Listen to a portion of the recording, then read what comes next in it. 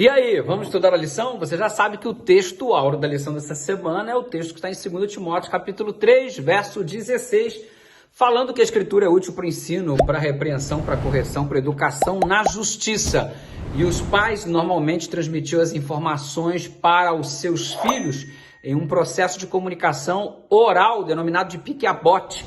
Eles ficavam transmitindo de geração após geração, até que houve a necessidade de registrar tudo isso de modo escrito. E esse registro inicial foi feito por Moisés, e Moisés, ao compor o registro dos 5 primeiros livros da Bíblia, você concebe a ideia de que esses registros são denominados de Torá. E Torá muitas vezes é associada à lei. Quando você fala em Torá, você está falando de lei, mas a palavra Torá, melhor traduzida, seria pelo ensino. As leis estavam inseridas dentro do contexto do ensino. Entre outras coisas que eram ensinadas, também estavam as leis. E quando você olha para os livros históricos, você percebe como foi a vivência do povo em relação a estes ensinos.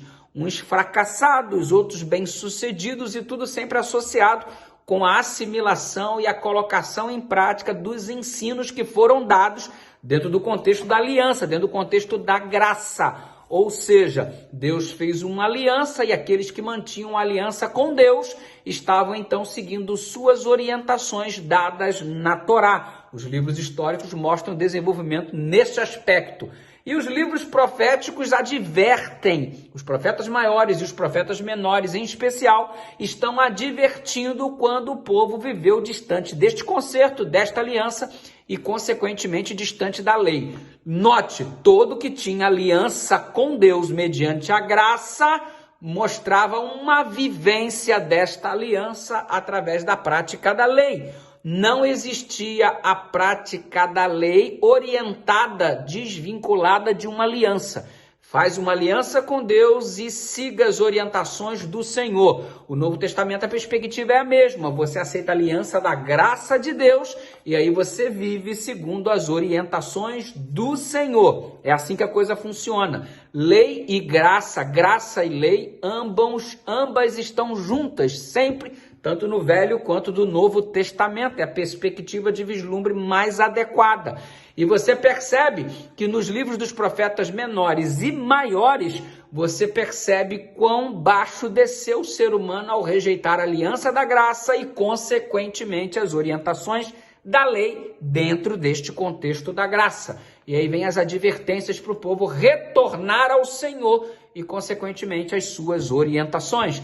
Aí você percebe também que o livro dos Salmos é a composição dos ensinos de modo cantado. E você tem alguns salmos de ensino, como o Salmo 1, por exemplo, como também o Salmo 37 e o Salmo 73, que são exemplos claros de ensinos através das canções. Afinal de contas, o livro de Salmos é o livro do inário da Bíblia. É o inário da Bíblia, né? E aí você tem no Novo Testamento parábolas, cartas e todo um processo pedagógico desenvolvido através do Apocalipse. Enfim, tudo isso para que as orientações de Deus cheguem até o seu coração e ao meu coração também. Ei, sejamos acessíveis à orientação do Senhor. Vamos manter com Ele uma aliança da graça, na graça. Mas a vida daquele que vive na graça é orientado pela lei do Senhor, que corresponde ao seu caráter. E nós somos chamados a representar o caráter de Cristo nesta terra. Não somos salvos pela lei, somos salvos pela graça. No entanto, o exercício da guarda da lei é o que demonstra a vida de um salvo. Aquele que foi salvo pela graça vive de acordo com a lei do Senhor. Ou você vai me dizer que você foi salvo pela graça para continuar matando, roubando, mentindo, adulterando, se prostituindo? Não. O Evangelho é o poder de Deus que transforma o coração humano. Ore comigo, Pai querido. Obrigado pela graça e obrigado pela aliança também demonstrada através da Tua lei. Em nome de Jesus, amém.